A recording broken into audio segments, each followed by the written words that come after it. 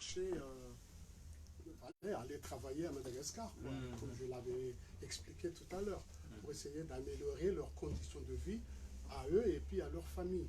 Donc voilà, et c'était par rapport à ça que cette immigration des Comoriens s'est faite. C'est incroyable, dans votre livre, on découvre des choses comme ça. C'est comme, d'ailleurs, dans votre livre, Kamar al-Kouet, on découvre aussi les conditions des soins aux Comores. À travers, comme vous disiez tout à l'heure, il y a, c'est vrai, le fait qui se passe, mais aussi ça renseigne sur la société. Et il y a une vraie recherche aussi sur les conditions des soins. Oui, comme on l'a dit tout à l'heure, hein, le Kamar al-Kouet, le naufrage du Kamar al-Kouet, bien que ça a touché tout le pays, c'est vraiment un prétexte hein, dans ce qui est développé dans le livre. Il y a beaucoup de choses, hein, il y a beaucoup de courants dans le livre, pour ceux qui ont pu le lire jusqu'à maintenant, mais en gros, on peut aussi le résumer dans un autre œil, un seul d'ailleurs. Hein. On pourrait éventuellement penser que c'est un constat unique qui est fait sur la prise en charge, particulièrement des malades psychiatriques. Si on regarde le livre sur un seul sphère, on peut s'imaginer que c'est un livre qui est plutôt orienté sur la prise en charge des malades psychiatriques ou la non prise en charge des malades psychiatriques et de leurs conséquences éventuelles si par inadvertance on pouvait tomber sur quelqu'un de malin qui cherche à se faire un peu de fric, ben il peut les exploiter ces gens-là parce que tout le monde est utile dans une société, mais tout dépend de quelle utilité on veut donner des uns sur les autres, des uns de l'autre. Si on considère que seules les personnes qu'on considère normales devraient avoir une vie et nous faire avancer, on peut être commerçant, etc., etc., il est aussi nécessaire de penser que ceux qui ont peut-être la vie un peu tourmentée, eux, ils peuvent faire en sorte que ça puisse être une plus-value chez d'autres personnes qui peuvent s'appuyer sur eux. Et si on regarde bien, il y a la prise en charge, donc là on va revoir toute la prise en charge. Déjà, il y a quelque chose d'essentiel, c'est que si on regarde bien, personne n'est à sa place. Ce qui est un constat qu'on ne va pas nier ici. Chez nous, on a l'impression que personne n'est à sa place. J'exagère peut-être, mais c'est-à-dire, un exemple tout simple, on va se retrouver avec, je prends l'exemple le plus simple, 80% des jeunes qui ont un diplôme à l'extérieur ne font pas le boulot qu'ils ont étudié. Ça, on l'a. On va prendre, je ne vais pas spoiler le livre, mais on va trouver un gynécologue. Il est en train d'opérer des personnes. Sauf que lui, ce n'est pas un gynécologue. C'est un expert dans une autre filière, mais parce qu'il sait opérer, il sait faire de la chirurgie, ben on lui fait faire gynéco. Et il y a des drames qu'on connaît, moi j'ai connu moi-même personnellement. Donc, oui. Tout à fait. Il y a des grands notables qui interviennent dans tout, ils sont des savants, ils connaissent tout. Ils connaissent tout. Mais il y a autre chose. Il y a un début de tout ça, c'est les orientations. C'est par rapport à l'éducation pour M. Youssouf Moussa, il n'y en a pas. Donc les gens qui vont suivre des études, c'est à leur gré. Hein. Il n'y a pas une politique éducative au pays qui fait qu'on veut former des tels selon les besoins du pays. Donc il y a des gens, comme vous le dites, ils partent, ils vont faire des études avec spécialité, je ne sais pas quoi. Quand ils reviennent, souvent d'ailleurs, les trucs n'existent pas au pays, comme vous le dites, et ils se trouvent à être utiles, il faut l'utiliser, parce que c'est quelqu'un qui a un cerveau, donc on les balance dans un endroit où il y a à peu près une équivalence pour qu'ils fassent quelque chose. Là, je pense que vous regardez, c'est très bien, hein, et je vous en remercie sur cet aspect-là, ça c'est vrai. Mais je pense que si au moins on allait se coller, là on a parlé du chirurgien qui fait gynéco, mais combien d'ingénieurs font enseignants à l'école primaire?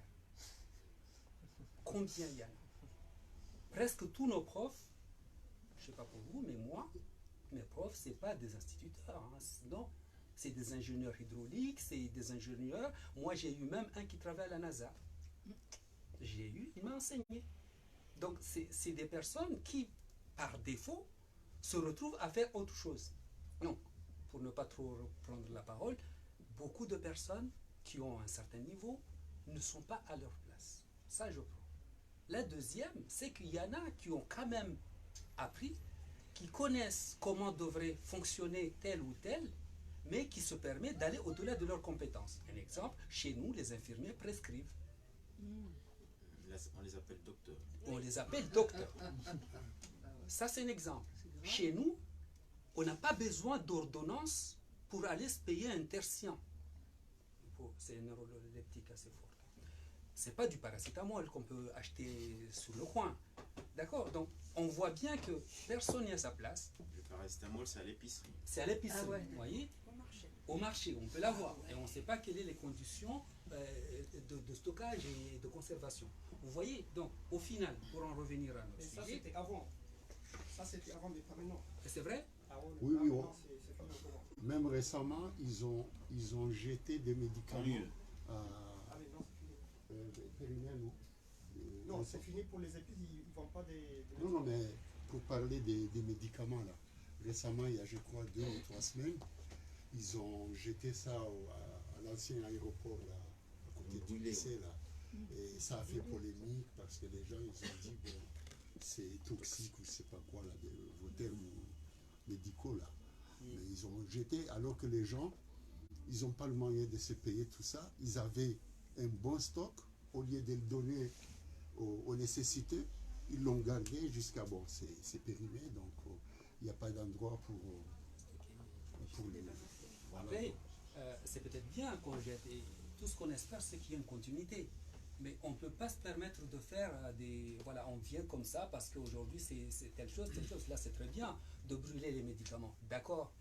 Mais est-ce qu'on a réglé le problème de la prise en charge? Parce que peut-être que si on regardait un peu plus loin, si on mettait les normes et que si tout le monde respectait ces normes-là, je ne pense pas que quelqu'un aurait acheté des médicaments pour qu'à la fin, ils viennent à l'aéroport pour les brûler. Si ça suivait le circuit normal, ça veut dire qu'en amont, le système de santé il est bien observé, que le ministère, on ne va pas aller plus loin, que le ministère de la Santé, etc., ou le ministère de tutelle, tout le monde fasse son travail et que surtout les normes soient claires. Mais chez nous, ce n'est pas le cas. C'est très bien qu'on commence. Et j'en remercie ceux qui commencent à penser comme ça. Mais on est loin d'une meilleure prise en charge aux Comores. Quand on regarde qu'à l'hôpital, vous m'excuserez, quand on va à l'hôpital, on peut acheter un gant, pas 2. On peut acheter un gant. Moi, je l'ai vu. On arrive, on te demande d'aller passer à l'agence de pharmacie, à l'accueil, pour acheter une compresse, un gant, pour revenir. Et pourvu que tu as l'argent pour pouvoir payer. Donc, au final, le Comorien n'étant pas pris en charge, déjà initialement, sur n'importe quel secteur, là, je parle peut-être de ça, à part la retraite, je ne sais pas comment ils sont payés, hein, j'ai peut-être pas encore l'âge, mais je m'excuse. Mais je sais déjà que rien que la base qui existe depuis longtemps, ce qui parle de retraite, etc., ce n'est pas l'idéal. Donc on n'en parle même pas d'une prise en charge de maladie ou etc. Donc il n'y a pas de prise en charge au Comores. Donc déjà, personne n'est à sa place. La prise en charge des Comoriens sur l'aspect médical, il est vraiment à un seuil où on s'imagine. Là, on a appris quelques mots il y a quelques mois, qu'il y a le CMU qui est en train d'être négocié, mais quand on regarde le CMU, donc c'est une mutuelle universelle qui tend actuellement à être mise en place, mais si on regarde bien, ce n'est pas une initiative venant des Comores, mais c'est de l'OMS, on attend toujours qu'il y ait quelqu'un derrière qui vienne apporter quelque chose pour qu'on s'y colle dessus. Ça, on ne peut pas se permettre d'aller et de penser qu'on peut évoluer. Donc, pour en revenir, le livre parle du Camara Koweït qui est un naufrage, mais ce naufrage-là, on peut l'observer aussi bien dans le médical, dans le côté sociétal, dans l'économie, dans presque tout dans notre pays. Il y a un truc qui marche comment? Donc, même votre livre aussi, il n'est pas à sa place. Parce que, comme vous le dites vous-même, c'est un prétexte, mais vous avez en profité pour en parler beaucoup de choses. Tant mieux, donc l'histoire continue. Qu'est-ce que le coach philosophe pense de tout ça? Non, mais j'ai posé une question, c'était pas une question rhétorique, c'était une vraie question. Parce que j'ai vu tout le monde qui a rigolé, et moi je fais pas de politique et tout, je comprends tout à fait, mais la question que j'ai posée, c'était une véritable question. On émet souvent des critiques par rapport à des pays et tout, et moi j'ai posé une vraie question, et j'aimerais bien qu'on me réponde, qu'est-ce qui marche au Comores?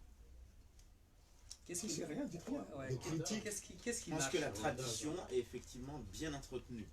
Exact. C'est une société, je pense que c'est une société très traditionnaliste, conservatrice, et sur ce côté-là, et puis il y a au côté religieux aussi. Je pense que la religion a des grands défenseurs.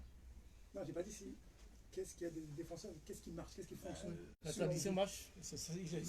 Non, avoir des défenseurs, ça veut pas dire La tradition. si tu as des tradition, défenseurs, je c'est que tu sais as pas, attaqué. parce que dans le livre Sabena, justement, il explique bien que c'est une tradition orale qui n'a pas vraiment d'écrit. C'est ça qui se perd. Et d'une année sur l'autre, Ça change. elle change, les règles, elles changent. C'est vrai que la tradition, elle est là, mais on a l'impression que les règles ne sont pas toujours les mêmes. Oui, c'est pas les mêmes, et Après, la puis tradition ça change tous les jours. Moi, je je pense suis. que la tradition, elle fonctionne, puisque la tradition, depuis la colonisation, ou avant même la colonisation avec les sultans, elle était une tradition par défaut. C'est-à-dire c'est une tradition où il n'y a pas de gens qui pensent cette tradition, qui l'orientent et qui lui donnent une direction. Donc, depuis la colonisation, disons.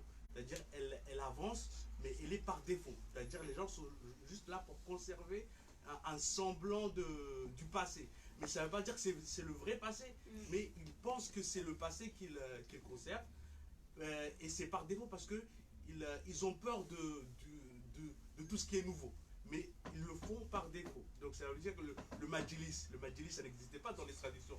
C'est une cérémonie religieuse introduite dans les coutumes du mariage. En fait. Ça n'existait pas dans la vraie tradition comorienne du mariage. Mais ils l'ont introduit par rapport à l'islam, parce qu'ils ont vu des pays arabes le faire, ils l'ont introduit, mais c'est par défaut. C'est pas des gens qui ont pensé introduire ça, mais par effet de mode, c'est rentré la musique touareg aussi.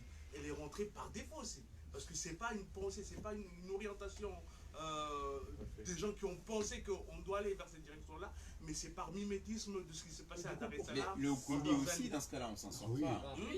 Donc c'est à l'infini. Hein. Mais c'est la conservation par défaut. Mais dans ce cas-là, on parle pas de tradition. Non, non. La tradition, c'est une acquisition continue. Sauf que moi je préfère avant. Avant, il y avait un encadrement. Ouais, mais les amis, désolé de vous couper encore une fois, je ne vais pas faire le relou, mais vous tournez autour du pot, mais vous ne répondez pas à ma question, elle était très simple. Qu'est-ce qui marche? En train de m'expliquer la tradition, ça a été changé ou pas, c'est pas ma question elle est simple. On nous a dit qu'est-ce qui ne marche pas, la prise en charge, j'ai très bien compris. L'hôpital aux Comores, j'ai très bien compris. J'ai pas demandé qui défend quoi. Qu'est-ce qui marche aux Comores? Donnez-moi un secteur qui marche aux Comores. Moi je pense à une chose. Hein. Je pense que ce qui pourrait éventuellement, où on pourrait être pensé, où on peut imaginer que ça marche, c'est quoi? Non, pas imaginer. Ouais. Qu'est-ce qui marche? Qu'est-ce qui Pourquoi marche? Donc, aujourd'hui? moi je pense que ce qui marche, c'est cette capacité à vouloir rester là, sans que rien ne change. Je m'explique. Je m'explique. Si on regarde bien, on a tendance à répéter. Voilà.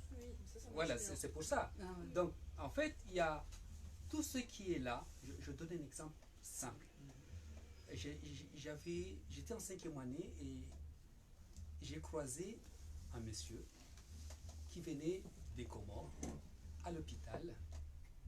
Sauf que devant l'hôpital, donc l'hôpital de Hombo, un des collègues avait marqué sa bague docteur X dessus. Et j'ai entendu derrière un monsieur âgé, hein, nous on respecte tout ce qui est âgé, qui se plaignait que le docteur qui est devant se vantait avec son titre de docteur.